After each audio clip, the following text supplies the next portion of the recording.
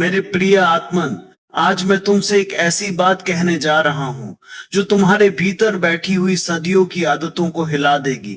मैं तुम्हें सांत्वना देने नहीं आया, मैं तुम्हें झकझोरने आया हूं। मैं तुम्हारे घावों पर मरहम रखने नहीं आया, मैं तुम्हारे भीतर जो झूठ जम गया है उसे जलाने आया हूं। क्योंकि सच कभी मीठा नहीं होता, सच आग होता है, और जो आग से डरता है वो जीवन से भी डरता है। तुम कहते हो हम प्रेम चाहते हैं, मैं कहता हूं तुम प्रेम नहीं चाहते, तुम सुरक्षा चाहते हो।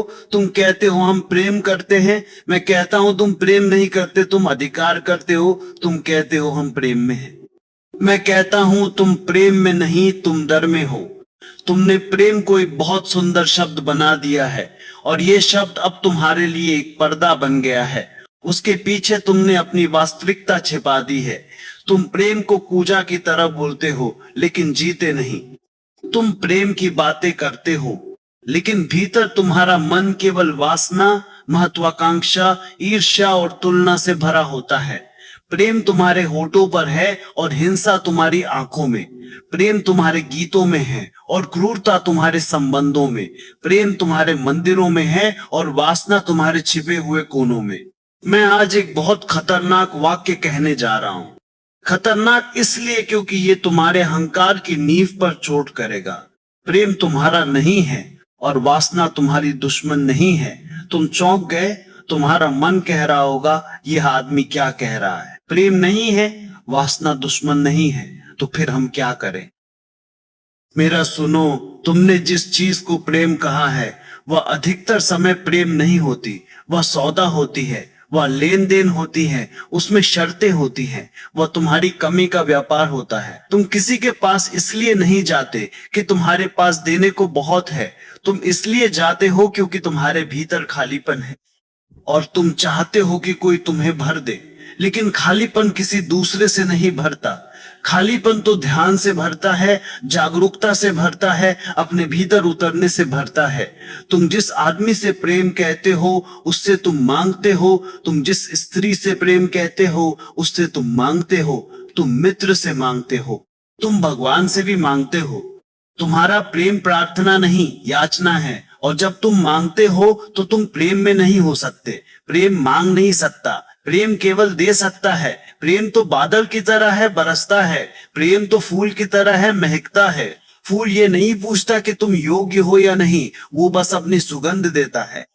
बादल ये नहीं देखता कि नीचे कौन खड़ा है, संत या पापी, वह बस बरसता है। प्रेम उसी तरह है। प्रेम जब होता है तो वह शर्तों से मुक्त होता है, कारणों से मुक्त होता है, भय से मुक्त होता है। लेकिन तुम्हारा तथाकथित प्रेम भय से भरा है। तुम डरते हो कि वो छोड़ ना दे, तुम डरते हो कि वो किसी और को ना देख ले, तुम डरते हो कि वह तुमसे ऊब ना जाए, तुम डरते हो कि तुम अकेले ना रह जाओ, तुम डरते हो कि तुम्हारा मूल्य कम ना हो जाए। और इस भय के कारण तुम प्रेम को जंजीरों में बांध देते हो, तुम उसे कैद कर लेते हो, और फिर तुम कहते हो ये मेरा प्रेम है। ये मेरा शब्द ही तुम्हारे प्रेम का जहर है। प्रेम में मेरा नहीं होता। प्रेम में तो केवल मैं हूं की भीड़ टूट जाती है। प्रेम में तो मैं भी पिघलता है। प्रेम में तो अहंकार गिरता है। प्रेम में तो तुम मालिक नहीं रहते, तुम खाली हो जाते हो, तुम नदी हो जाते हो। पर तुम नदी हो जाते हो पर तुम नदी नहीं बनते, तुम तालाब बन जाते हो, तुम बहते नहीं, तुम जमा हो जाते हो। और जमा हुआ पानी सड़ जाता है, तुम्हारे संबंध सड़ जाते हैं, तुम्हारे विवाह सड़ जाते हैं, तुम्हारी मित्रता सड़ जाती है, तुम्हारा प्रेम सड़ जाता है। और फिर तुम कहते हो प्रेम दुख देता है। नहीं, प्रेम दुख नहीं देता। तुम्हारा झूठ दुख देता है, तुम्हारा डर दुख देता है, तुम्हारी उम्मीदें दुख देती है, तुम्हारा अहंकार दुख देता है। अब वासना की बात, वासना को तुमने शैतान बना दिया है। तुमने वासना को पाप का नाम दे दिया, तुमने शरीर को गंदा घोषित कर दिया। तुम्हारे धर्मों ने तुम्हें सिखाया कि शरीर गिरावट है, शरीर रसातल है, शरीर कामना है, शरीर नरक है, और तुमने उनकी बात मान ली। तुम अपने ही शरीर के विरुद्ध हो गए। लेकिन मैं तुमसे कहता हूं शरीर तुम्हारा मंदिर है। तुम्हारी चेतना का पहला द्वार शरीर है, तुम्हारी आत्मा का पहला उपकरण शरीर है। तुमने शरीर को दबाया इसलिए तुम्हारी आत्मा भी दब गई, तुमने शरीर को नकारा इसलिए तुम्हारी चेतना भी नकार दी गई। तुमने वासना को अपराध बना दिया। इसलिए तुम्हारे भीतर अपराध बोध का विशाल जंगल खड़ा हो गया। और अपराध बोध तुम्हें कभी धार्मिक नहीं बनाता, वो तुम्हें पाखंडी बनाता है। अपराध बोध तुम में सच्चाई नहीं लाता, वो तुम्हें छिपना सिखाता है। और जो छिपता है वो प्रेम नहीं कर सकता। वासना क्या है? वासना एक ऊर्जा है। वासना जीवन का बीज है। वासना प्रकृति का खेल है। वासना शरीर की भाषा है। वासना अस्तित्व की एक तरंग है। तुमने उसे दबाया और दबाई हुई ऊर्जा कभी मरती नहीं, वो विकृत हो जाती है, वो गुस्सा बन जाती है, वो हिंसा बन जाती है, वो लालच बन जाती है, वो सत्ता की भूख बन जाती है, वो ईर्ष्या बन जाती है, वो द्वेष बन जाती है, वो मजहबी कट्टरता बन जाती है, वो दूसरों को जलाने का आनंद बन जाती है। क्योंकि ऊर्जा को अगर तुम ऊपर नहीं उठाओगे तो वो नीचे गिरकर सड़ेगी। इसलिए मैं कहता हूं, वासना को दबाओ मत, वासना को समझो, वासना को देखो, वासना को देखो, वासना के प्रति जागो, वासना से भागो मत। और एक और विद्रोही बात, जो व्यक्ति वासना से डरता है वह प्रेम से भी डरता है। क्योंकि प्रेम भी तुम्हें खोल देता है, प्रेम भी तुम्हें नग्न कर देता है, प्रेम भी तुम्हें कमजोर करता है, प्रेम भी तुम्हारे अहंकार को गिरा देता है। धर्मों ने तुम्हें सिखाया कि वासना छोड़ो तभी प्रेम मिलेगा। मैं कहता हूं, वासना को देखो तभी प्रेम खिल सकता है। क्योंकि वासना अगर अंधी है तो वह तुम्हें गुलाम बना देगी, और अगर वासना जागरूक है तो वह तुम्हें स्वतंत्र बना देगी। ये अंतर समझ लो। गुलामी और स्वतंत्रता का फर्क वासना में नहीं है, फर्क तुम्हारी जागरूकता में है। जब तुम वासना में अंधे होते हो, तुम चीजों की तरह व्यवहार करते हो, तुम स्त्री को चीज बना देते हो, तुम पुरुष को चीज बना देते हो, तुम शरीर को वस्तु बना देते हो। और वस्तु को प्रेम नहीं किया जा सकता, वस्तु का उपभोग किया जाता है। पर जब तुम वासना में साक्षी होते हो तब वही ऊर्जा रूपांतरित होती है, वही आग प्रकाश बन जाती है, वही इच्छा करुणा बन जाती है, वही आकर्षण ध्यान बन जाता है। और तब संभोग केवल शरीर का खेल नहीं रह जाता, वह एक कला बन जाता है, एक ध्यान बन जाता है, एक प्रार्थना बन जाता है। यही मैं कहता हूं, संभोग से समाधि। समाधि कोई दूर का लक्ष्य नहीं है, समाधि अभी और यही है।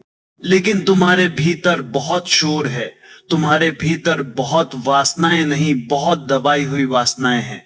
तुम्हारे भीतर बहुत प्रेम नहीं, बहुत मांग है। तुम्हारे भीतर बहुत श्रद्धा नहीं, बहुत भय है। तुम्हारे भीतर बहुत धर्म नहीं, बहुत नीति का नाटक है। मेरे प्रिय आत्मन, मैं तुमसे ये नहीं कह रहा कि वासना में डूब जाओ। मैं तुमसे ये भी नहीं कह रहा कि वासना को छोड़ दो।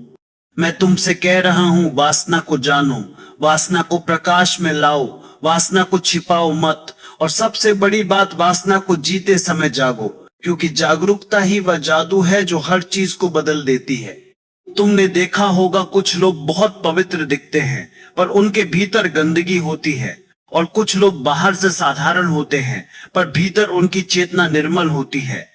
कारण ये नहीं कि उन्होंने वासना छोड़ दी, कारण ये है कि उन्होंने अपने भीतर के अंधेरे को देखा। उन्होंने स्वयं से झूठ नहीं बोला, उन्होंने नकाब नहीं पहना, उन्होंने जीवन को स्वीकार किया, उन्होंने शरीर को सम्मान दिया, उन्होंने ऊर्जा को समझा। और ऊर्जा जब समझी जाती है तो ऊपर उठती है। मैं तुमसे एक प्रश्न पूछूंगा, तुम प्रेम किससे करते हो? व्यक्ति से या अपनी कल्पना से? तुम प्रेम करते हो अस्तित्व से या अपने सपनों से? तुम प्रेम करते हो वास्तविक से या आदर्श से? अधिकतर लोग आदर्श से प्रेम करते हैं, वे व्यक्ति से नहीं प्रेम करते। वे चाहते हैं कि व्यक्ति उनके आदर्श के अनुसार ढल जाए। ये प्रेम नहीं है, ये हिंसा है, ये दूसरे को बदलने की कोशिश है। और जहां बदलने की कोशिश है वहां प्रेम नहीं हो सकता। प्रेम स्वीकार है, प्रेम अनुमति है, प्रेम सम्मान है, प्रेम आजादी है। वासना भी आजादी है अगर उसमें साक्षी हो, और वासना ही बंधन है अगर उसमें अंधे हो। यही पूरा रहस्य है। तुम्हारा शत्रु वासना नहीं है, तुम्हारा शत्रु अचेतनता है, तुम्हारा शत्रु नींद है। मुझे तुमसे एक बात और कहनी है, तुम्हारी दुनिया ने तुम्हें आधा आधा बांट दिया है। किसी ने तुम्हें कहा सिर्फ शरीर बनो, बस भोगो। किसी ने तुम्हें कहा सिर्फ आत्मा बनो, शरीर छोड़ो। मैं कहता हूं पूरा बनो, जोरबा भी बनो और बुद्ध भी बनो। धरती पर नाचो और भीतर मौन हो जाओ। जीवन का रस भी लो और जीवन का रहस्य भी जानो। संगीत भी बजाओ और शून्य को भी सुनो। जब तुम पूरे हो जाते हो तब प्रेम पैदा होता है। जब तुम पूरे हो जाते हो तब वासना रूपांतरित होती है। और जब वासना रूपांतरित होती है तब प्रेम केवल एक भावना नहीं रह जाता, वो तुम्हारी सुगंध बन जाता है। मेरे प्रिय आत्मन, आज के इस पहले भाग में मैं बस इतना कर रहा हूं। मैं तुम्हारे भीतर बैठे हुए पाखंड को हिला रहा हूं। मैं तुम्हें कह रहा हूं, प्रेम के नाम पर झूठ मत जियो, वासना के नाम पर भय मत जियो। जीवन को स्वीकार करो, शरीर को स्वीकार करो, ऊर्जा को स्वीकार करो, जागो। क्योंकि केवल जागे हुए व्यक्ति के लिए संभोग भी समाधि बन सकता है, और केवल जागे हुए व्यक्ति के लिए प्रेम भी प्रार्थना बन सकता है। यही शुरुआत है। आज अहंकार की पहली दीवार टूटेगी, तुम्हारे भीतर एक नई हवा उतरेगी, और वही हवा आगे चलकर ध्यान बनेगी, करुणा बनेगी, प्रेम बनेगी। अब मैं तुमसे पूछता हूं, मेरे प्रिय आत्मन, क्या तुम तैयार हो उस कहानी के लिए जो तुम्हारे मन को और भी गहराई में उतार देगी? क्या मैं आगे बढ़ूं भाग 2 की ओर? मेरे प्रिय आत्मन, अब मैं तुम्हें एक कहानी सुनाने जा रहा हूं। कहानी बहुत छोटी है लेकिन उसका अर्थ बहुत गहरा है। और याद रखना, कहानियां केवल मनोरंजन नहीं होती। कहानी एक चाबी है। चाबी छोटी होती है लेकिन उसके भीतर दरवाजा छिपा होता है, और दरवाजा खुल जाए तो पूरा आकाश तुम्हारा हो सकता है। यह कहानी बुद्ध के समय की है, लेकिन यह कहानी तुम्हारी भी है, क्योंकि समय बदल जाता है, मन नहीं बदलता। बुद्ध चले गए लेकिन तुम्हारे भीतर वही मन बैठा है, वही लालसा, वही डर, वही स्वार्थ, वही पाखंड, वही तड़प, और वही संभावना भी जागने की, खिलने की, रूपांतरण की। एक नगर था बहुत समृद्ध। उस नगर में एक युवक रहता था, नाम उसका आनंद था। बहुत सुंदर नाम था, पर वो सुंदर नाम उसके जीवन में सुंदरता नहीं था। क्योंकि नाम से क्या होता है? नाम तो केवल लेबल है। भीतर तो वही अंधेरा था जो हर मनुष्य के भीतर होता है। आनंद जवान था, शरीर में उफान था, रक्त में आंख थी, आंखों में सपना था, और मन में एक ही प्रश्न, प्रेम क्या है? पर उसके प्रश्न के पीछे प्रेम नहीं था, उसके प्रश्न के पीछे वासना थी। लेकिन वो इतना ईमानदार नहीं था कि वो खुद को स्वीकार कर सके। वो वासना को प्रेम कहता था, जैसे तुम कहते हो, जैसे पूरा समाज कहता है। वो रोज शाम को नगर के बाहर एक बगीचे में जाता। वहां एक नर्तकी आती थी, बहुत रूपवती। आंखें उसकी ऐसी थी जैसे कोई झील हो जिसमें चांद उतर आता हो। चाल उसकी ऐसी थी जैसे कोई संगीत चल रहा हो। उसका नाम सुहानी था। आनंद उसे देखता और भीतर कुछ कांप उठता। वो कांपना प्रेम नहीं था, वो वासना की तरंग थी। लेकिन मन चालाक है, मन हर चीज को सुंदर नाम दे देता है। मन कहता तुम प्रेम में हो, और आनंद उसी भ्रम में जीने लगा। उसने सुहानी को उपहार देने शुरू किए, फूल, आभूषण, रेशमी वस्त्र। उसने कविताएं लिखी, उसने रात भर जागकर उसके लिए गीत बनाए। और सुहानी हंसती, कभी उसे छू देती, कभी आंखों से छू देती, और आनंद का मन और भी पागल होता चला गया। लेकिन सुहानी नर्तकी थी, उसका जीवन भी बाजार का हिस्सा था। वह हर दिन नए चेहरों के सामने नाचती, वह हर दिन नई आंखों में उतरती, और आनंद यह देख नहीं पाता था। उसे लगता था ये स्त्री मेरी है, ये मेरा प्रेम है, ये मेरा अधिकार है। वह मेरा शब्द धीरे धीरे उसकी सांसों में भरने लगा। एक दिन आनंद ने देखा सुहानी किसी और पुरुष के साथ हंस रही है, बहुत पास, बहुत सहज, जैसे कोई डर ही न हो। आनंद के भीतर आग लग गई। उसी क्षण उसके प्रेम का नकाब गिर गया और भीतर का वास्तविक चेहरा दिख गया, ईर्ष्या। वो दौड़कर सुहानी के पास गया और उसने उसका हाथ पकड़ लिया जोर से, जैसे वो कोई वस्तु हो, जैसे वो कोई चीज हो। और आनंद ने कहा, तुम मेरी हो, तुम किसी और के साथ कैसे हंस सकती हो? सुहानी ने धीरे से अपना हाथ छुड़ाया और मुस्कुराकर बोली, मैं तुम्हारी कैसे हो सकती हूँ? मैं तो हवा हूँ, तुम हवा को पकड़ नहीं सकते। पर आनंद समझ नहीं पाया, क्योंकि जब मन में वासना होती है तो बुद्धि अंधी हो जाती है। वह सुहानी पर चिल्लाया, उसने कहा, मैंने तुम्हें इतना दिया, मैंने तुम्हारे लिए इतना किया, तुम्हें मेरे साथ रहना होगा। सुहानी ने शांत स्वर में कहा, तुमने मुझे नहीं दिया, तुमने अपने अहंकार को दिया, तुमने अपने स्वार्थ को दिया, तुमने निवेश किया ताकि बदले में मैं तुम्हारी हो जाऊं। ये प्रेम नहीं, व्यापार है। आनंद का चेहरा लाल हो गया। उसे लगा जैसे किसी ने उसे अपमानित कर दिया। उसने हाथ उठाया, शायद वो सुहानी को मार देता, लेकिन उसी समय वहां से एक भिक्षु गुजर रहा था। वही भिक्षु बुद्ध का शिष्य था। उसका नाम अनिरुद्ध था। वह शांत था, जैसे भीतर कोई झील हो। उसकी आंखों में साक्षी का प्रकाश था।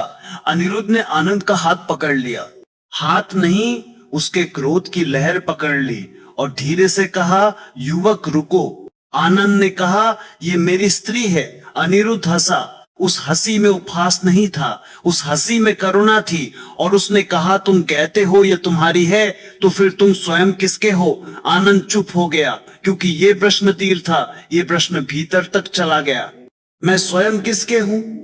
वह तो अपने ही नहीं था। वह तो वासना का था, भीड़ का था, संस्कारों का था, इच्छाओं का था।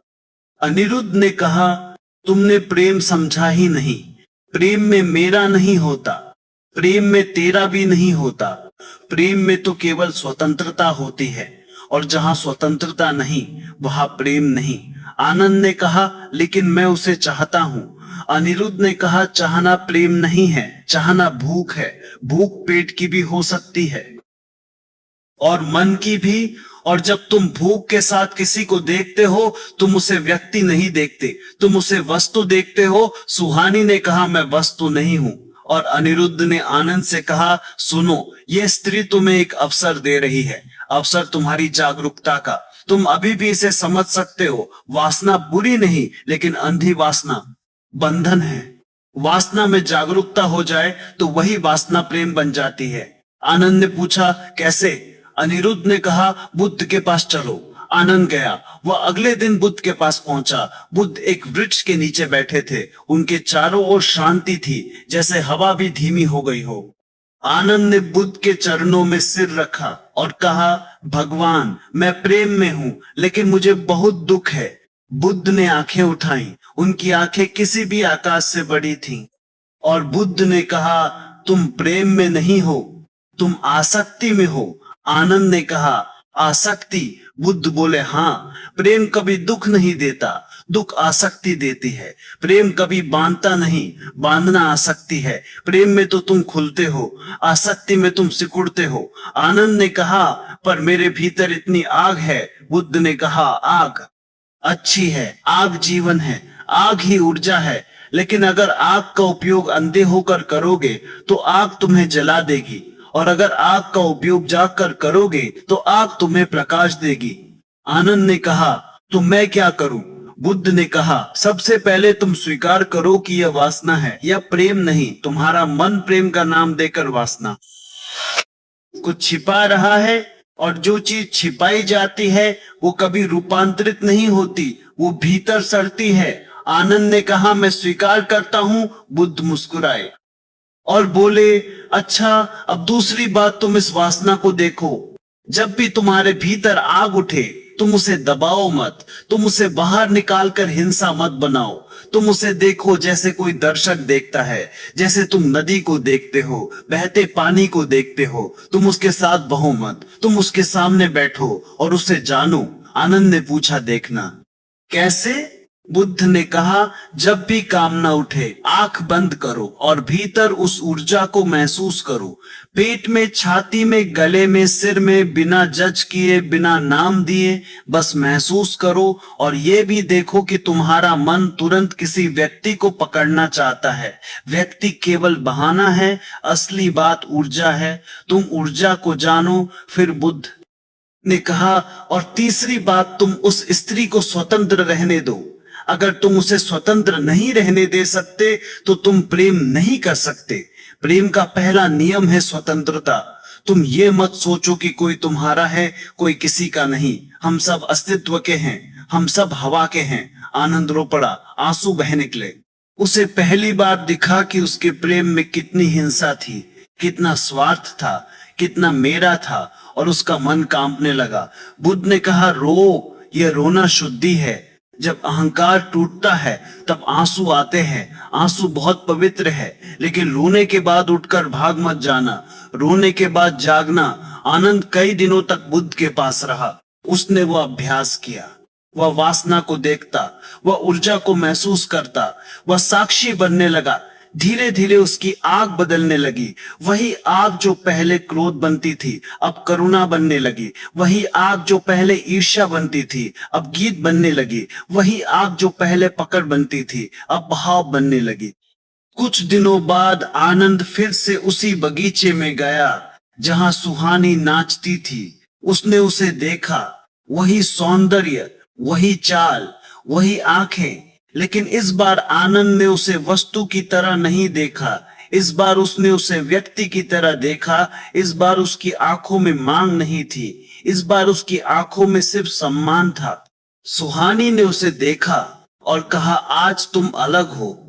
आनंद ने कहा, हाँ, आज मैं कुछ नहीं चाहता।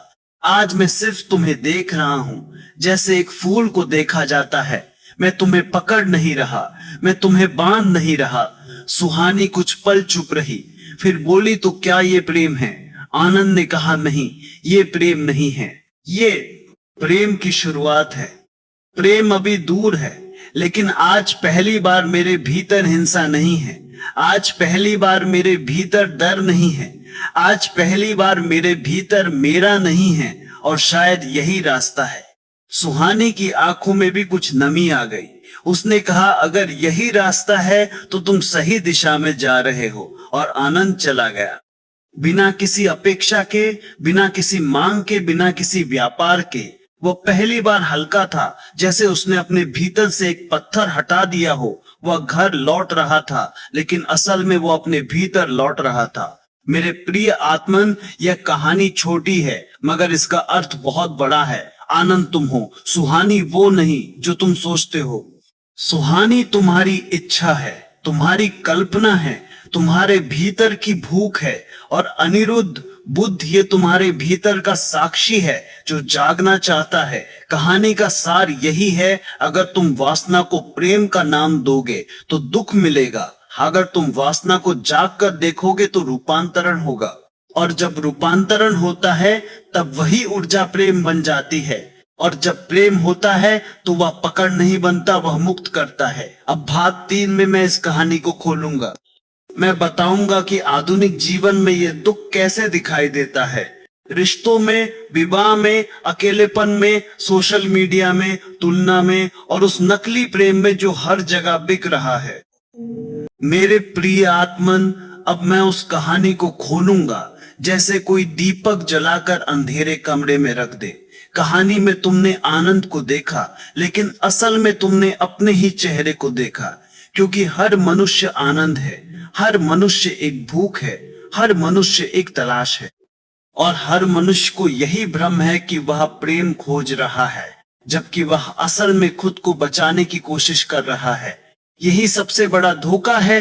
तुम प्रेम नहीं खोजते, तुम सुरक्षा खोजते हो। तुम प्रेम नहीं चाहते, तुम किसी का सहारा चाहते हो। तुम प्रेम नहीं करते, तुम किसी को पकड़ना चाहते हो। और पकड़ने की इच्छा से कोई प्रेम पैदा नहीं होता, केवल बंधन पैदा होता है। आनंद ने सुहानी को देखा और उसके भीतर आग उठी। आग बुरी नहीं थी, आग तो जीवन है, आग ही ऊर्जा है। लेकिन आनंद अचेत था, इसलिए आग ने उसे कब्जा कर लिया। तुम्हारे साथ भी यही होता है। तुम किसी को देखते हो, भीतर हलचल होती है, और तुम तुरंत उस हलचल को नाम दे देते हो प्रेम। मन नाम देकर तुम्हें धोखा देता है, क्योंकि नाम देने के बाद तुम सोचते हो कि तुम बहुत ऊंचे हो गए। प्रेम शब्द बड़ा पवित्र है, वासना शब्द बड़ा बदनाम है। और मन बड़ा चालाक है, वह वासना को भी प्रेम बोलकर अपने को सज्जन सिद्ध कर देता है। तुम्हारी दुनिया में आदमी कह सकता है मैं प्रेम कर रहा हूं, लेकिन आदमी कह नहीं सकता मैं वासना में हूं, क्योंकि समाज ने वासना को अपराध बना दिया है। और अपराध का सबसे बड़ा असर यह होता है कि मन सच्चाई से भागने लगता है। और जब तुम सच्चाई से भागते हो तब तुम झूठ की सजावट करने लगते हो। फिर तुम्हारा प्रेम भी झूठ बन जाता है। फिर तुम संबंध भी बनाते हो, लेकिन वे संबंध नहीं होते, वे समझौते होते हैं। दो भूखे लोग मिलते हैं और कहते हैं हम प्रेम करते हैं, लेकिन वे एक दूसरे को खाते हैं, पीते हैं, इस्तेमाल करते हैं। ऐसे तुम जात करते हैं और इस्तेमाल करते हैं। वे जीवन को साझा नहीं करते, वे एक दूसरे की ऊर्जा चूसते हैं। ये मैं इसलिए कह रहा हूं कि तुम आज के समय में देख सको। आज तुम्हारे चारों तरफ प्रेम का शोर है, लेकिन प्रेम का स्वाद गायब है। आज हर दूसरा आदमी कहता है मैं रिलेशनशिप में हूं, लेकिन भीतर वह अकेला है। आज हर तीसरा आदमी कहता है मुझे प्यार चाहिए, लेकिन भीतर वो बस किसी के द्वारा स्वीकार किया जाना चाहता है। आधुनिक जीवन में प्रेम बहुत सस्ता हो गया है, और एक कारण है क्योंकि प्रेम का बाजार बन गया है। सोशल मीडिया पर तुम प्रेम को देख रहे हो, लेकिन वो प्रेम नहीं है, वो प्रदर्शन है। लोग साथ बैठकर तस्वीर लेते हैं, लेकिन भीतर वे एक दूसरे से उबे हुए हैं। लोग मुस्कुराते हैं, लेकिन ये मुस्कान फिल्टर की है, आत्मा की नहीं। लोग कहते हैं हम कपल गोल्स है, लेकिन भीतर वे एक दूसरे को नियंत्रित करने की कला सीख रहे हैं। और तुम भी उसी पागलपन में फंस जाते हो। तुम तुलना करने लगते हो, तुम सोचते हो उसके पास इतना सुंदर प्रेम है, मेरे पास नहीं। और फिर तुम्हारे भीतर दुख पैदा होता है। ध्यान रखो, दुख प्रेम से नहीं आता, दुख तुलना से आता है, दुख अहंकार से आता है, दुख इस विचार से आता है कि मुझे भी वैसा ही चाहिए। लेकिन प्रेम वैसा नहीं होता। प्रेम हर व्यक्ति का अपना अनोखा संगीत है। प्रेम की तुलना नहीं की जा सकती। तुम कब समझोगे कि तुलना करते ही तुम प्रेम खो देते हो? तुलना करते ही तुम अपने भीतर के गीत को मार देते हो, और फिर तुम्हारा जीवन उधार हो जाता है। तुम किसी और की प्रेम कथा में जीने लगते हो। कहानी में आनंद ने सुहानी पर अधिकार जताया। यही आधुनिक प्रेम का सबसे बड़ा रोग है, मालिकियत। तुम कहते हो वो मेरी पत्नी है, वो मेरा पति है, वो मेरा प्रेमी है, वो मेरी प्रेमिका है। ये मेरा शब्द एक बम है। ये मेरा शब्द प्रेम को खत्म कर देता है, क्योंकि मेरा शब्द बताता है कि तुम दूसरे को वस्तु मान रहे हो, और वस्तु से प्रेम नहीं किया जाता, वस्तु का उपयोग किया जाता है। विवाहों में प्रेम नहीं मरता, विवाहों में मेरा शब्द प्रेम को मार देता है। रिश्तों में प्रेम नहीं मरता, रिश्तों में डर प्रेम को मार देता है। परिवारों में प्रेम नहीं मरता, परिवारों में अपेक्षाएं प्रेम को मार देती हैं। तुम कितने दुखी हो क्योंकि तुम अपेक्षाओं में जीते हो। तुम्हें लगता है अगर मैं इतना करूं तो सामने वाला भी वैसा ही करेगा। तुम प्रेम को व्यापार बनाते हो। मैंने तुम्हारे लिए यह किया तो तुम मेरे लिए यह करो। और जब सामने वाला तुम्हारी अपेक्षा पूरी नहीं करता, तुम दुखी होते हो, तुम क्रोधित होते हो, तुम शिकायत करते हो, और वही शिकायत धीरे धीरे घृणा बन जाती है। तुम्हारा प्रेम शुद्ध नहीं होता, क्योंकि उसमें हिसाब किताब है। प्रेम में हिसाब नहीं होता। प्रेम तो बहाव है, प्रेम तो चुपचाप बरसने वाली बारिश है। पर तुमने अपने भीतर प्रेम का अकाउंटेंट बिठा रखा है। वह हर बात का हिसाब रखता है, किसने क्या किया, किसने कितना दिया, किसने कितना लिया। और जिस दिन हिसाब ज्यादा हो गया, उसी दिन प्रेम मर जाता है। अब कहानी में अनिरुद्ध आया और उसने कहा तुम स्वयं किसके हो?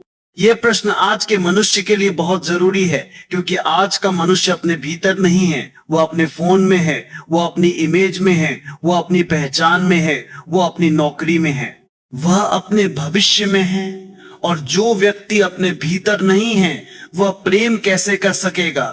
प्रेम का पहला नियम है स्वयं के साथ होना। जो व्यक्ति स्वयं को नहीं जानता, वह दूसरे को कैसे जानेगा? जो व्यक्ति स्वयं को नहीं सुनता, वह दूसरे को कैसे सुनेगा? जो व्यक्ति स्वयं से नहीं मिलता, वह दूसरे से कैसे मिलेगा? आज तुम संबंध बहुत बनाते हो, लेकिन मिलना बहुत कम होता है। तुम साथ रहते हो पर मिलते नहीं।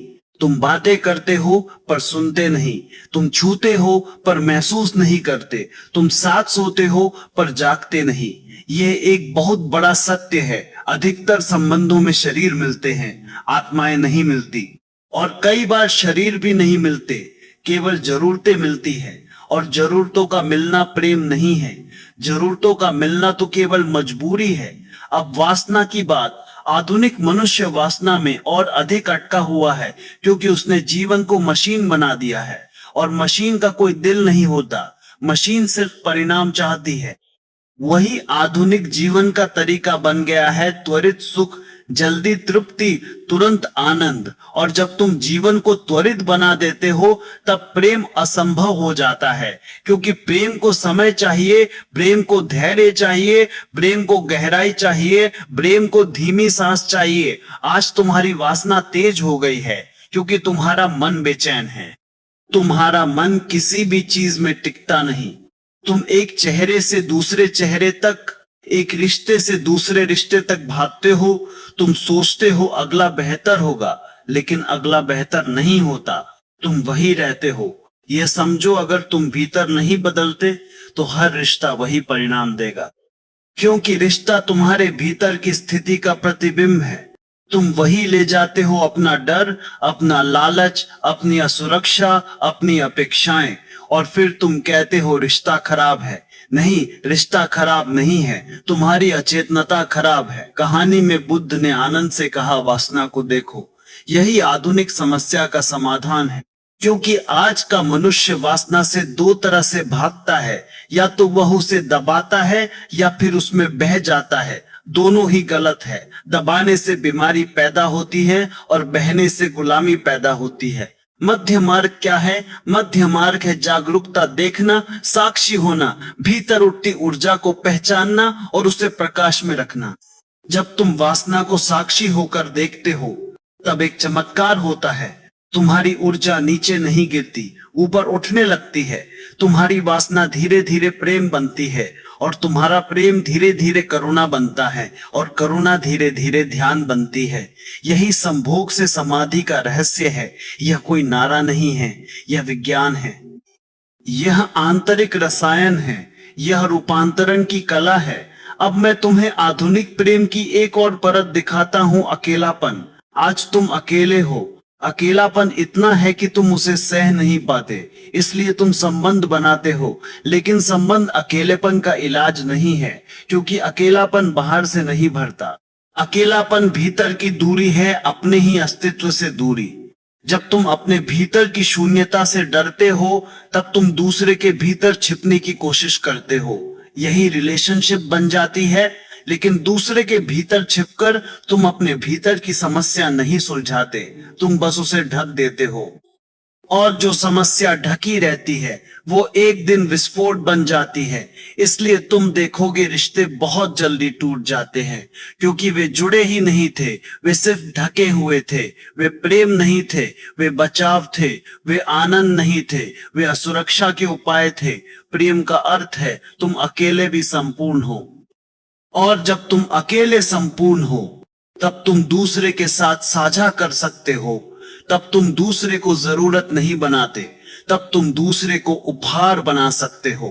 अब ये समझो कि कहानी में आनंद का परिवर्तन कैसे हुआ। वो इसलिए नहीं बदला कि सुहानी ने उसे स्वीकार किया, वो इसलिए बदला कि उसने अपनी सच्चाई स्वीकार की। उसने कहा, हाँ, ये वासना है। यह स्वीकार बहुत बड़ा कदम है, क्योंकि जैसे ही तुम स्वीकार करते हो तुम झूठ से मुक्त हो जाते हो। झूठ तुम्हारे भीतर तनाव पैदा करता है, स्वीकार तुम्हारे भीतर शांति लाता है, और शांति ही प्रेम का आधार है। आधुनिक जीवन की सबसे बड़ी बीमारी है तुम स्वयं से झूठ बोलते हो। तुम कहते हो मैं प्रेम में हूं, लेकिन भीतर तुम केवल उपयोग कर रहे होते हो।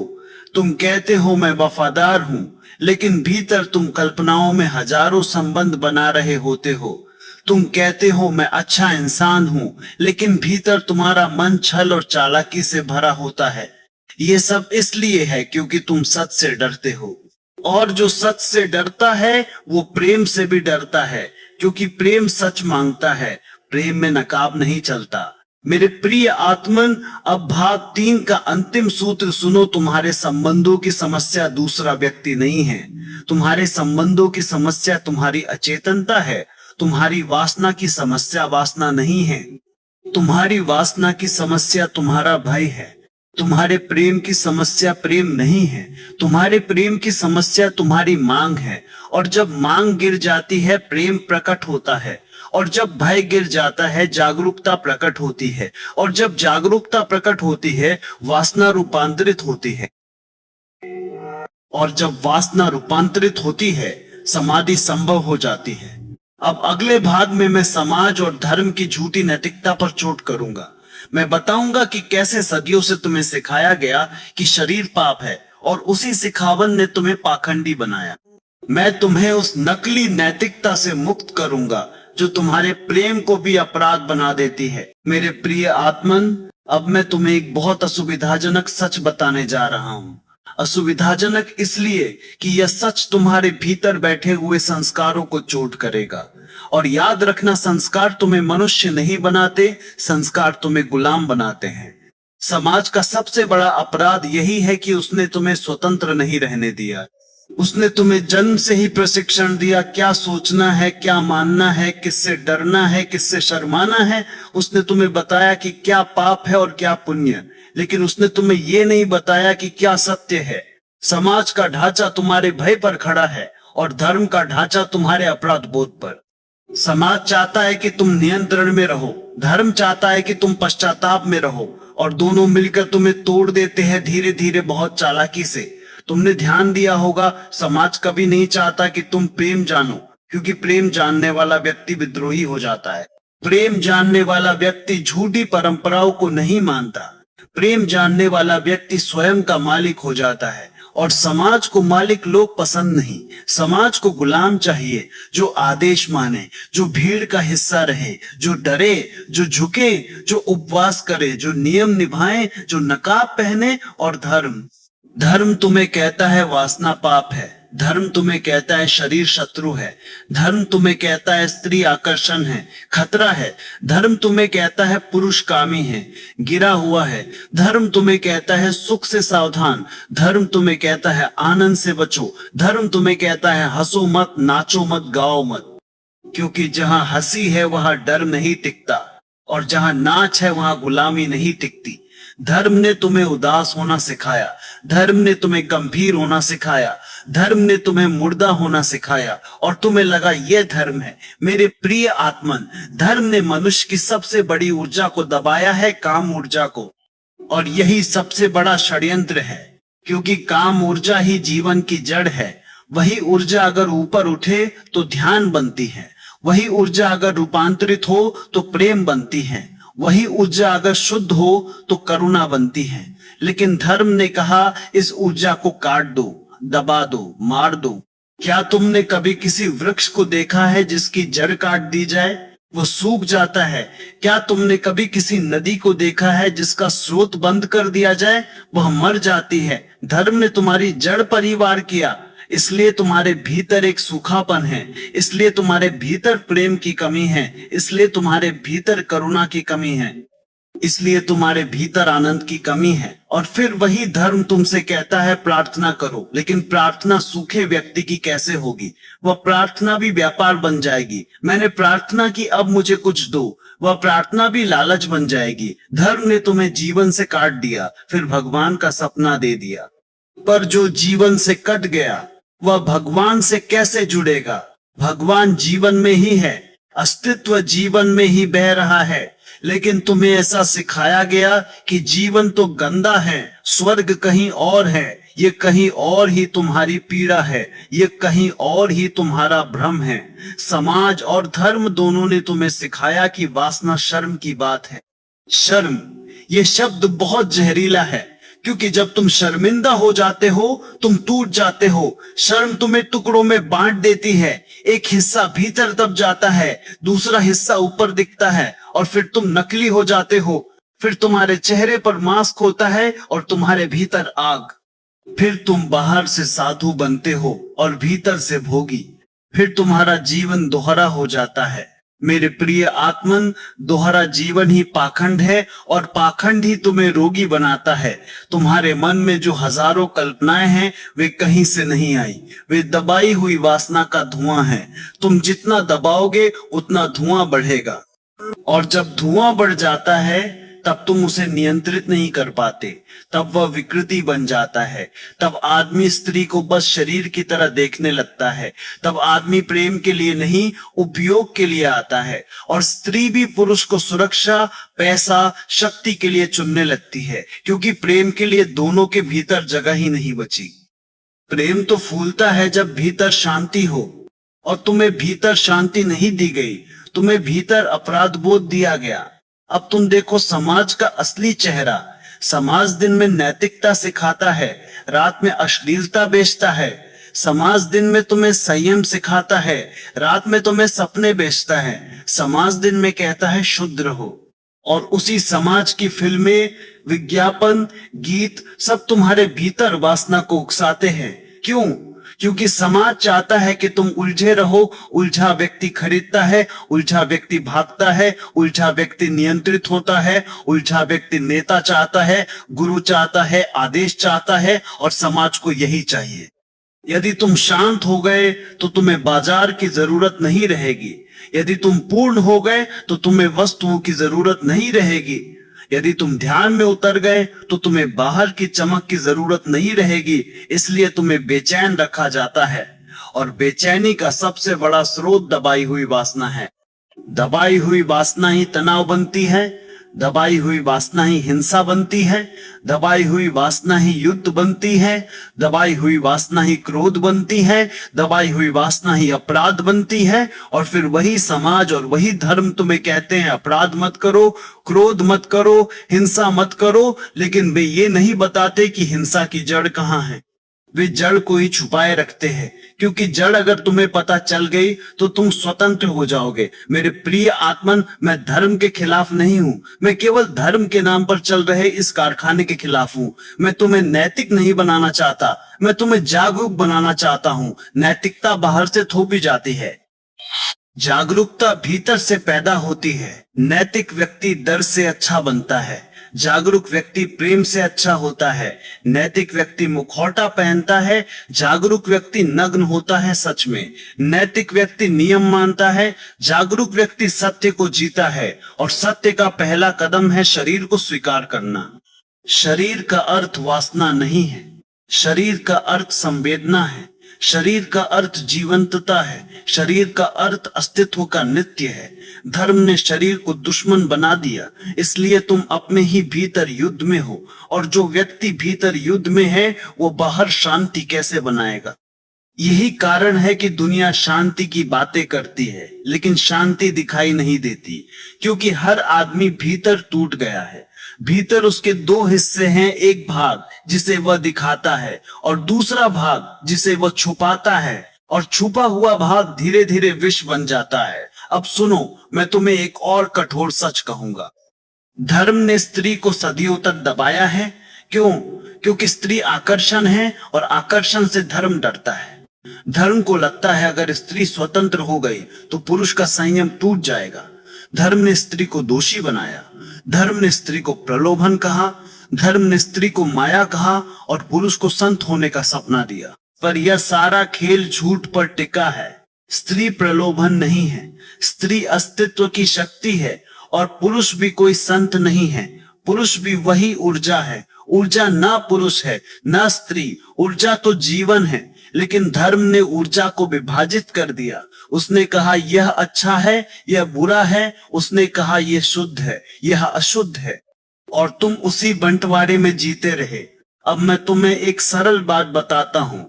प्रेम और वासना के बीच समाज ने एक दीवार खड़ी कर दी है, और उस दीवार का नाम है नैतिकता। पर सच ये है कि प्रेम और वासना एक ही ऊर्जा के दो रूप है। वासना नीचे की दिशा है, प्रेम ऊपर की दिशा है। ये ऊर्जा की यात्रा है। लेकिन समाज ने नीचे को पाप और ऊपर को पुण्य बना दिया। इसलिए तुम नीचे को छिपाते हो और ऊपर का अभिनय करते हो। और अभिनय से कभी ऊपर नहीं जाया जा सकता। ऊपर जाने के लिए नीचे को स्वीकार करना होगा, नीचे को समझना होगा, नीचे को दबाना नहीं, जागना होगा। मेरे प्रिय आत्मन, मैं तुमसे ये नहीं कह रहा कि तुम बस वासना में डूब जाओ। मैं तुमसे ये भी नहीं कह रहा कि तुम बस प्रेम की कल्पना करो। मैं तुमसे कह रहा हूं तुम वास्तविक बनो। तुम अपने भीतर जो है उसे देखो। तुम नकली नैतिकता को फेंक दो, क्योंकि नकली नैतिकता ने तुम्हें बस दोषी बनाया है, प्रेमी नहीं। नकली नैतिकता ने तुम्हें बस डरपोक बनाया है, स्वतंत्र नहीं।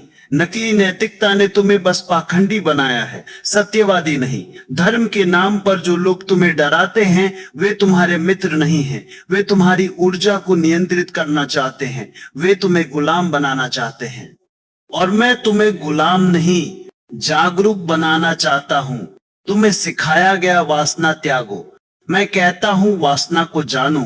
तुम्हें सिखाया गया शरीर को दंड दो, मैं कहता हूं शरीर को सम्मान दो। तुम्हें सिखाया गया जीवन से दूर जाओ, मैं कहता हूं जीवन में गहरे उतरो, क्योंकि जीवन में उतर कर ही तुम समाधि तक पहुंचोगे। अब अगले भाग में मैं तुम्हें हंसाऊंगा, क्योंकि सत्य केवल गंभीरता नहीं है, सत्य में हास्य भी है, और हास्य बहुत बड़ा धर्म है। मैं मुल्ला नसरुद्दीन की शैली में एक व्यंग्य सुनाऊंगा, ताकि तुम्हारा मन हल्का हो और तुम्हारे भीतर की गंभीरता टूटे, क्योंकि गंभीरता अहंकार का एक रूप है और हंसी अहंकार का अंत है। मेरे प्रिय आत्मन, अब थोड़ा हंसो, क्योंकि तुम बहुत गंभीर हो गए हो। तुम्हारी गंभीरता तुम्हारे अहंकार की पोशाक है। तुम हंसते नहीं क्योंकि हंसी में मैं गिर जाता है, तुम मुस्कुराते नहीं क्योंकि मुस्कान में नकाब फिसल जाता है। तुम भीतर से डरते हो कि अगर तुम हंस पड़े तो तुम्हारा बनाया हुआ चरित्र टूट जाएगा, और याद रखना जो चरित्र टूट जाए वही असली आत्मा की शुरुआत है। धर्म ने तुम्हें उदास बनाया है और उदासी को पवित्र कहा है। धर्म ने तुम्हें गंभीर बनाया है और गंभीरता को संत कहा है। पर मैं कहता हूं गंभीर आदमी या तो मूर्ख होता है या पाखंडी, और जो हंस सकता है वही जाग सकता है, क्योंकि हंसी बुद्धि का सुगंध है। हंसी का अर्थ है तुम जीवन को हल्के से ले रहे हो। हंसी का अर्थ है तुम जीवन की नाटकबाजी को समझ रहे हो। हंसी का अर्थ है तुम अपने ही जाल को देख पा रहे हो। अब सुनो मुल्ला नसरुद्दीन की एक कहानी, और ध्यान रखना ये कहानी केवल चुटकुला नहीं है। ये कहानी तुम्हारे प्रेम और वासना के भ्रम को उजागर करेगी। मुल्ला नसरुद्दीन एक दिन बाजार में बड़ा खुश खुश घूम रहा था। उसके चेहरे पर अजीब सी चमक थी, जैसे किसी ने उसे स्वर्ग का टिकट पकड़ा दिया हो। लोग उसे देखकर पूछने लगे, मुल्ला आज बहुत खुश लग रहे हो, बात क्या है? मुल्ला बोला, आज मैंने प्रेम खोज लिया। लोग हैरान हो गए। उन्होंने कहा, अरे ये तो बहुत बड़ी बात है, किसने कहा कि प्रेम मिल गया? मुल्ला ने कहा, कोई नहीं, मैंने खुद ही समझ लिया है। लोगों ने कहा, कैसे? मुल्ला बोला, आज सुबह मेरी पत्नी ने मुझसे कहा मैं तुम्हें छोड़कर जा रही हूं, और जैसे ही उसने ये कहा मेरे भीतर अचानक प्रेम जाग गया। लोग चौंके। उन्होंने कहा, यह कैसा प्रेम? मुल्ला बोला, यही तो प्रेम है। अब मुझे समझ आया कि मैं उससे कितना प्रेम करता हूं। मैं भागा, मैंने उसके पैर पकड़े, रोया, गिड़गिड़ाया, कहा मत जाओ, तुम मेरी जिंदगी हो। लोगों ने कहा, तो फिर वह रुकी? मुल्ला बोला, हाँ रुकी, लेकिन अब मेरी समस्या दूसरी है। लोगों ने पूछा, अब क्या? मुल्ला बोला, अब मैं सोच रहा हूं काश वो सच में चली जाती तो मेरा प्रेम तो और भी बढ़ जाता। मेरे प्रिय आत्मन, तुम हंसे, हंसना चाहिए, क्योंकि ये तुम्हारी ही कहानी है। तुम भी तभी प्रेम को पहचानते हो जब वो छूटने लगता है। तुम भी तभी कहते हो मैं प्रेम करता हूं जब सामने वाला दूर जाने लगता है। जब तक सामने वाला पास है तुम उसे सामान्य मानते हो। जब तक वह तुम्हारे हाथ में है तुम उसे उपलब्ध मानते हो, और जो उपलब्ध है उसका मूल्य नहीं। यह मन का खेल है। मन हमेशा उस चीज की कीमत समझता है जो खोने वाली हो, और फिर मन उस खोने को प्रेम का नाम दे देता है। लेकिन ये प्रेम नहीं है, ये भय है, ये डर है कि मेरा सहारा टूट रहा है, मेरा सुरक्षा कवच टूट रहा है, मेरा अहंकार टूट रहा है। अब एक और मुल्ला की कहानी। मुल्ला की पत्नी ने एक दिन उससे कहा, तुम मुझसे प्रेम करते हो या नहीं? मुल्ला बोला, बिल्कुल करता हूं। पत्नी ने कहा, तो फिर सबूत दो। मुल्ला ने कहा, सबूत? प्रेम भी कहीं सबूत मांगता है? मांगता है? अगर प्रेम है तो साबित करो कि तुम मेरे लिए क्या कर सकते हो। मुल्ला ने कहा, ठीक है, तुम कहो क्या करूं? पत्नी ने कहा, मेरे लिए चांद तोड़कर लाओ। मुल्ला बोला, चांद? अच्छा ठीक है, पर एक बात बताओ, चांद तुम चाहती हो या प्रेम? पत्नी बोली, दोनों। मुल्ला बोला तो फिर मैं चांद तोड़ कर ले आता हूँ, लेकिन प्रेम के साथ गारंटी नहीं दे सकता। मेरे प्रिय आत्मन, समझ रहे हो, ये व्यंग्य है लेकिन सत्य है। तुम्हारे प्रेम में गारंटी की भूख है। तुम्हारा प्रेम हमेशा कुछ चाहता है, और जहां चाह है वहां प्रेम नहीं। प्रेम में मांग नहीं होती। प्रेम में चांद तोड़कर लाओ नहीं होता। प्रेम में तो तुम जैसे हो वैसे ही सुंदर हो होता है। अब प्रेम और वासना पर एक और हास्य। एक दिन मुल्ला नसरुद्दीन मंदिर में गया। उसने देखा पुजारी लोगों को उपदेश दे रहा है, वासना पाप है, वासना छोड़ो, शरीर गंदा है, स्त्री माया है। मुल्ला बहुत देर तक सुनता रहा, फिर उसने हाथ उठाया। पुजारी ने कहा, हाँ मुल्ला, क्या पूछना है? मुल्ला बोला, मुझे बस इतना पूछना है, अगर स्त्री माया है तो फिर आप इतना डरे हुए क्यों लग रहे हैं? पुजारी ने कहा, डर? मैं नहीं डरता। मुल्ला बोला, तो फिर आप रोज रोज बोलते क्यों रहते हो कि स्त्री माया है? जो चीज माया है उससे इतना डर क्यों? और अगर वह माया है तो आपके भीतर इतना आकर्षण क्यों? पूरे मंदिर में हंसी फैल गई। पुजारी का चेहरा लाल हो गया। उसने कहा, तुम मूर्ख हो, तुम धर्म नहीं समझते। मुल्ला बोला, मैं धर्म नहीं समझता, ये ठीक है, पर आप भी तो स्त्री नहीं समझते, और जो स्त्री को नहीं समझता वो पुरुष को भी नहीं समझता, और जो मनुष्य को नहीं समझता वो भगवान को कैसे समझेगा? मेरे प्रिय आत्मन, यहां मैं एक बात कह रहा हूं, धर्म का अधिकांश हिस्सा भय से चलता है।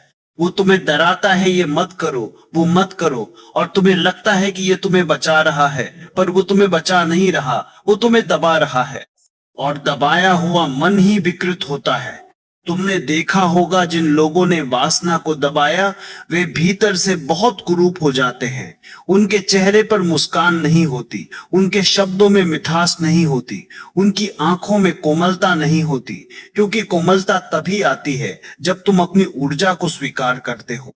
तुम जिस चीज को अस्वीकार करते हो वो तुम्हारे भीतर जहर बन जाती है। अब एक और छोटा व्यंग्य। मुल्ला के पास एक आदमी आया, बहुत दुखी। उसने कहा, मुल्ला, मैं प्रेम में हूं और बहुत परेशान हूं। मुल्ला ने कहा, अच्छा प्रेम में हो, चलो बताओ परेशान क्यों? आदमी बोला, वो मेरी बात नहीं सुनती। मुल्ला ने कहा, तुम उसकी बात सुनते हो? आदमी बोला, नहीं, मैं तो बस चाहता हूं कि वो मेरी सुने। मुल्ला ने कहा, तो फिर तुम प्रेम में नहीं हो, तुम सत्ता में हो, तुम प्रधानमंत्री बनना चाहते हो, प्रेमी नहीं। आदमी बोला, लेकिन मैं उसे चाहता हूं। मुल्ला बोला, तुम्हें तो देश की भी यही बीमारी है। हर आदमी कहता है मैं चाहता हूं, कोई नहीं कहता मैं देता हूं। मेरे प्रिय आत्मन, ये बहुत गहरी बात है। प्रेम देना है, वासना लेना है। प्रेम बांटना है, वासना कब्जा करना है। प्रेम में तुम फैलते हो, वासना में तुम सिकुड़ते हो। और याद रखना, वासना को तुम दबाकर प्रेम नहीं बना सकते। वासना को जाग कर, समझ कर, रूपांतरित करके प्रेम बना सकते हो। अब हंसी के पीछे का सूत्र सुनो। तुम्हारा मन बहुत चालाक है, वह वासना को प्रेम कह देता है ताकि तुम्हारा चेहरा समाज में अच्छा दिखे, और फिर वही मन तुम्हें दोषी बना देता है कि तुम बुरे हो, तुम गिर गए, तुम गलत हो। यही खेल है, पहले मन सुंदर नाम देता है, फिर मन तुम्हें सजा देता है। समाज और धर्म दोनों ने मिलकर तुम्हारे मन में ये खेल बिठा दिया। इसलिए तुम एक तरफ वासना में जलते हो, दूसरी तरफ नैतिकता का ढोल पीटते हो। तुम भीतर से वही हो जो हर मनुष्य है, ऊर्जा, लेकिन बाहर से तुम कुछ और दिखने लगते हो, और यही दोहरापन तुमको दुखी करता है। हंसी इस दोहरेपन को तोड़ती है। हंसी तुम्हें हल्का करती है, हंसी तुम्हें सच के करीब लाती है। इसलिए मैं कहता हूं, हंसो। जब तुम अपनी वासना को देखो तो हंसो। जब तुम्हारा मन तुम्हें धोखा देता है तो हंसो। जब तुम अपने ही नाटक को पकड़ लो तो हंसो, क्योंकि जैसे ही तुम हंसोगे तुम जागना शुरू कर दोगे, और ये जागना ही प्रेम की शुरुआत है। मेरे प्रिय आत्मन, अब तक हमने प्रेम और वासना की उलझन देखी, समाज और धर्म की नकली नैतिकता देखी, और मन के खेल पर हंसना सीखा। अब अगले भाग में हम बहुत गहराई में उतरेंगे। भाग 6 में मैं यहाँ और अभी की बात करूंगा, क्योंकि प्रेम भविष्य में नहीं होता, वासना भी भविष्य में नहीं होती। दोनों अभी होते हैं, लेकिन तुम अभी में नहीं होते। तुम या तो बीते कल में रहते हो या आने वाले कल में। भाग 6 में मैं तुम्हें बताऊंगा कि अब क्या है, यहाँ क्या है, और कैसे यही एक द्वार है समाधि की ओर। मेरे प्रिय आत्मन, अब हम उस जगह पहुंच गए हैं जहां शब्द भी कांपते हैं, जहां विचार भी धीमे हो जाते हैं, जहां तुम्हारा मन आखिरी बार अपनी पकड़ दिखाता है, और अगर तुमने उस पकड़ को देख लिया तो तुम मुक्त हो जाते हो। अब मैं तुम्हें सबसे सरल सत्य देने जा रहा हूं, और यही सबसे कठिन भी है। अभी सब कुछ है, यहाँ ही सब कुछ है। प्रेम भी अब में होता है, वासना भी अब में होती है, समाधि भी अब में होती है, और तुम्हारी पीड़ा भी अब में होती है। लेकिन तुम अब में नहीं होते, तुम कहीं और होते हो। तुम्हारा मन तुम्हें हमेशा कहीं और ले जाता है। यही मन का स्वभाव है, वह अभी से भागता है, क्योंकि अभी में सत्य है, और सत्य मन को पसंद नहीं। मन को कल्पना पसंद है, मन को कहानी पसंद है, मन को भविष्य पसंद है, क्योंकि भविष्य में तुम अपनी इच्छाओं को सजा कर रख सकते हो। मन को अतीत पसंद है, क्योंकि अतीत में तुम अपनी चोटें पाल सकते हो। अब में तुम्हारे पास केवल एक चीज बचती है, तुम्हारी जागरूकता। यही कारण है कि तुम्हारा मन अब से डरता है। अब का मतलब है नंगा होना, अब का मतलब है सच होना, अब का मतलब है बिना सहारे खड़े होना, अब का मतलब है तुम्हारे सारे नकाब गिर जाना। इसलिए तुम प्रेम को भी भविष्य में भेज देते हो। तुम कहते हो कल हम खुश होंगे, कल सब ठीक हो जाएगा, कल शादी कर लेंगे तो प्रेम हो जाएगा, कल पैसा आएगा तो प्रेम हो जाएगा, कल समय मिलेगा तो प्रेम हो जाएगा।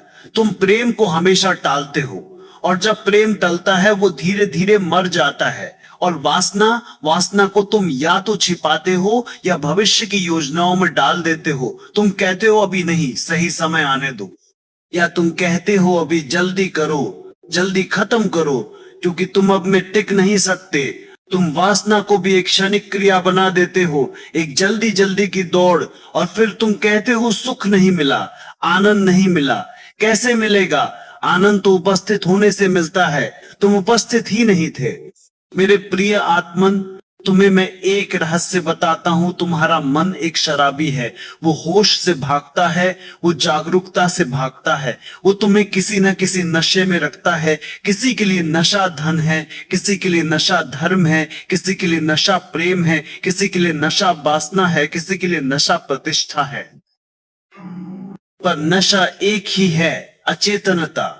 और जो अचेतन है वह प्रेम नहीं कर सकता, क्योंकि प्रेम का अर्थ है पूरी तरह उपस्थित होना, पूरी तरह यहाँ होना, पूरी तरह अभी होना। अब सुनो, अब क्या है? अब कोई समय नहीं है, अब एक अनुभव है, अब एक द्वार है, अब वो क्षण है जहां तुम्हारा मन रुक जाता है। अब वह बिंदु है जहां तुम्हारे भीतर का शोर गिर जाता है। अब वह जगह है जहां तुम्हारा मैं ढीला पड़ता है। अब कोई घड़ी नहीं, अब कोई कैलेंडर नहीं, अब केवल सांस है, अब केवल धड़कन है, अब केवल होने का स्वाद है। तुम जितना सोचते हो तुम उतना चूकते हो, क्योंकि सोचने में समय लगता है। सोचने का मतलब है तुम अभी से हट गए। सोचने का मतलब है तुमने वर्तमान को छोड़ दिया और एक विचार के पीछे चले गए। और मजा यह है कि विचार हमेशा या तो अतीत का होता है या भविष्य का। विचार वर्तमान का नहीं हो सकता। वर्तमान तो विचार से बड़ा है, वर्तमान तो मौन है, वर्तमान तो शून्य है, वर्तमान तो शून्य है। तुम कहते हो मैं प्रेम करता हूं, लेकिन तुम प्रेम करते समय भी सोचते रहते हो। तुम कहते हो मैं ध्यान कर रहा हूं, लेकिन तुम ध्यान करते समय भी सोचते रहते हो। तुम कहते हो मैं संभोग कर रहा हूं, लेकिन तुम संभोग करते समय भी सोचते रहते हो। कहीं तुम तुलना कर रहे हो, कहीं तुम कल्पना कर रहे हो, कहीं तुम परिणाम सोच रहे हो, कहीं तुम डर रहे हो, कहीं तुम भविष्य बना रहे हो। और जब तुम सोच रहे हो तब तुम खो रहे हो। अब में तुम खो नहीं सकते, अब में तुम केवल पा सकते हो। मेरे प्रिय आत्मन, मैं तुम्हें एक और बात कहूं, समस्या प्रेम और वासना की नहीं है, समस्या समय की है। तुम समय में बंधे हो, तुम कल और कल के बीच झूल रहे हो। तुम कभी भी वर्तमान में नहीं टिकते, इसलिए तुम प्रेम को भी पकड़ नहीं पाते, वासना को भी समझ नहीं पाते, ध्यान को भी नहीं जान पाते। तुम जीवन को बस जैसे तैसे बिताते हो, एक दौड़, एक घड़ी, एक थकान, और फिर तुम कहते हो जीवन अर्थहीन है। जीवन अर्थहीन नहीं है, तुम अनुपस्थित हो। अगर जीवन में तुम्हारी उपस्थिति आ जाए तो जीवन अर्थ बन जाता है। और अर्थ का मतलब किसी विचार का अर्थ नहीं, अर्थ का मतलब रस है, जीवन का स्वाद, जीवन की महक, जीवन का संगीत। यहाँ क्या है? यहाँ कोई जगह नहीं है, यहाँ एक स्थिति है। यहाँ का अर्थ है तुम अपने भीतर हो, यहाँ का अर्थ है तुम बाहर नहीं भटके, यहाँ का अर्थ है तुम किसी और बनने की कोशिश नहीं कर रहे, यहाँ का अर्थ है तुम बस हो। जब तुम यहाँ होते हो तब तुम्हारे भीतर एक गहरी स्वीकार्यता उतरती है। फिर तुम्हें कोई बदल नहीं सकता, क्योंकि तुम बदलने की दौड़ से उतर गए। फिर तुम्हारे संबंधों में तनाव नहीं रहता, क्योंकि तनाव तुलना से आता है। फिर तुम्हारे प्रेम में मांग नहीं रहती, क्योंकि मांग भविष्य से आती है। फिर तुम्हारे वासना में हिंसा नहीं रहती, क्योंकि हिंसा अहंकार से आती है। फिर तुम्हारे भीतर एक नया फूल खिलता है, साक्षी भाव। मेरे प्रिय आत्मन, साक्षी भाव ही अंतिम चाबी है। साक्षी भाव ही वह अल्केमी है जो वासना को प्रेम बनाती है, प्रेम को करुणा बनाती है, करुणा को ध्यान बनाती है और ध्यान को समाधि बनाती है। साक्षी भाव क्या है? साक्षी भाव का मतलब है तुम अपने भीतर उठने वाली हर लहर को देखो। लालच उठे देखो, ईर्ष्या उठे देखो, वासना उठे देखो, प्रेम उठे देखो, क्रोध उठे, दुख उठे देखो। देखना ही परिवर्तन है, क्योंकि जिसे तुम देख लेते हो उससे तुम्हारी पहचान टूटने लगती है। तुम अब तक वासना में बहते थे, अब तुम वासना को देखते हो, और जिस दिन तुम वासना को देख लेते हो उसी दिन तुम उसके मालिक हो जाते हो। पर याद रखना, मालिक बनने की चेष्टा मत करना। चेष्टा भी मन है, बस देखो।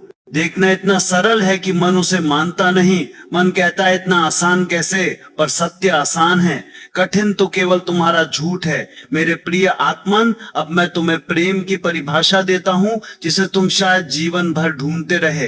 प्रेम कोई भावना नहीं, प्रेम एक जागी हुई अवस्था है।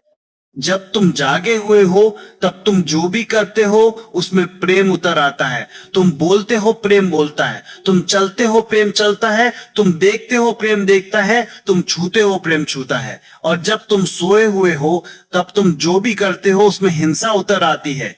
तुम प्रेम कहते हो लेकिन भीतर कब्जा होता है। तुम प्रेम कहते हो लेकिन भीतर भय होता है। तुम प्रेम कहते हो लेकिन भीतर अपेक्षा होती है। इसलिए प्रेम का संबंध दूसरे से नहीं, प्रेम का संबंध तुम्हारे होने के ढंग से है। अब वासना को भी नई दृष्टि से देखो। वासना ऊर्जा है, ऊर्जा का कोई नैतिक मूल्य नहीं। ऊर्जा को दिशा चाहिए और दिशा जागरूकता देती है। अगर जागरूकता नहीं तो वासना गिराती है, अगर जागरूकता है तो वासना उठाती है। तुमने जीवन में कभी ध्यान दिया, कभी तुम बहुत प्रेम में होते हो फिर अचानक क्रोध आ जाता है, कभी तुम बहुत शांत होते हो फिर अचानक बेचैनी आ जाती है। ऐसा क्यों? क्योंकि तुम केंद्र में नहीं हो, तुम लहरों में हो। तुम समुद्र नहीं बने, तुम तरंग बने हुए हो। समुद्र बनो, तरंग मत बने रहो। और समुद्र बनने की कला का नाम है अब और यहाँ का मतलब है तुम अपने शरीर में लौट आओ, तुम अपनी सांस में लौट आओ, तुम अपनी धड़कन में लौट आओ, तुम अपने होने में लौट आओ। जैसे ही तुम लौटते हो एक अजीब सी शांति फैलती है, और उस शांति में पहली बार तुम किसी को सच में देख पाते हो। फिर तुम किसी को उपयोग की वस्तु नहीं बनाते, फिर तुम किसी को सहारे की जरूरत नहीं बनाते, फिर तुम किसी को भरने वाला पात्र नहीं मानते, फिर तुम दूसरे को स्वतंत्रता देते हो। और जहां स्वतंत्रता है वही प्रेम है। मेरे प्रिय आत्मन, मैं तुमसे कहता हूं तुम्हारे सारे दुखों का मूल एक है, तुम अभी में नहीं हो। तुम्हारा क्रोध इसलिए है क्योंकि तुम अभी में नहीं हो। तुम्हारी ईर्ष्या इसलिए है क्योंकि तुम अभी में नहीं हो। तुम्हारी वासना विकृत इसलिए है क्योंकि तुम अभी में नहीं हो। तुम्हारा प्रेम बीमार इसलिए है क्योंकि तुम अभी में नहीं हो। अब में आ जाओ, और अब में आने के लिए तुम्हें कोई मंदिर नहीं चाहिए, कोई शास्त्र नहीं चाहिए, कोई सिद्धांत नहीं चाहिए। तुम्हें केवल एक चीज चाहिए, जागने का साहस। साहस इसलिए कि अब में आने का मतलब है तुम्हारे सारे झूठ छूटेंगे, तुम्हारे सारे अभिनय छूटेंगे, तुम्हारा सामाजिक चेहरा छूटेगा, तुम्हारा बनावटी चरित्र छूटेगा, और तुम पहली बार असली हो जाओगे। यह असली होना ही आध्यात्मिकता है। धर्म से सावधान, धर्म से नहीं, धर्म के व्यापार से सावधान, धर्म की दुकान से सावधान, धर्म की नैतिकता से सावधान, क्योंकि वे तुम्हें अब से हटाकर कहीं और भेज देते हैं। वे कहते हैं स्वर्ग मिलेगा, मैं कहता हूं स्वर्ग अभी है। वे कहते हैं भविष्य में मोक्ष मिलेगा, मैं कहता हूं मोक्ष अभी है। वे कहते हैं कल ध्यान करना, मैं कहता हूं अब जागो। मेरे प्रिय आत्मन, अब मैं तुम्हें अंतिम बात देता हूं, और ये बात तुम अपने हृदय में उतार लो, अपने रक्त में उतार लो, अपनी सांस में उतार लो। जो प्रेम को खोजता है वो प्रेम को खो देता है, और जो जागता है प्रेम उस पर बसता है, क्योंकि प्रेम कोई वस्तु नहीं जिसे तुम हासिल करो। प्रेम तुम्हारा स्वभाव है जब तुम अपने स्वभाव में लौट आते हो, और अपने स्वभाव में लौटने का नाम है अब और यहाँ। यही मेरा संदेश है, यही मेरा विद्रोह है, यही मेरा उपहार है। अब तुम चाहो तो मंदिर जाओ, मस्जिद जाओ, गिरजाघर जाओ, पर सबसे पहले अपने भीतर जाओ, क्योंकि वहां एक शून्य बैठा है, बहुत शांत, बहुत विशाल। वही तुम्हारा असली घर है।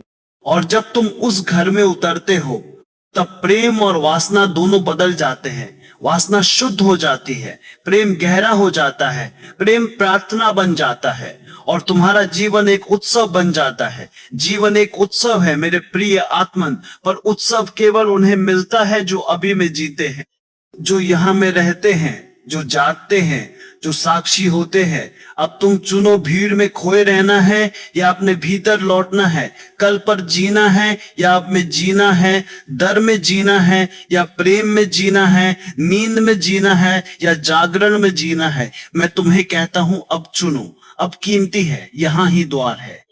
यही क्षण परमात्मा है, और यही क्षण तुम्हारा भी हो सकता है। अब यहां और बस यही समाधि है।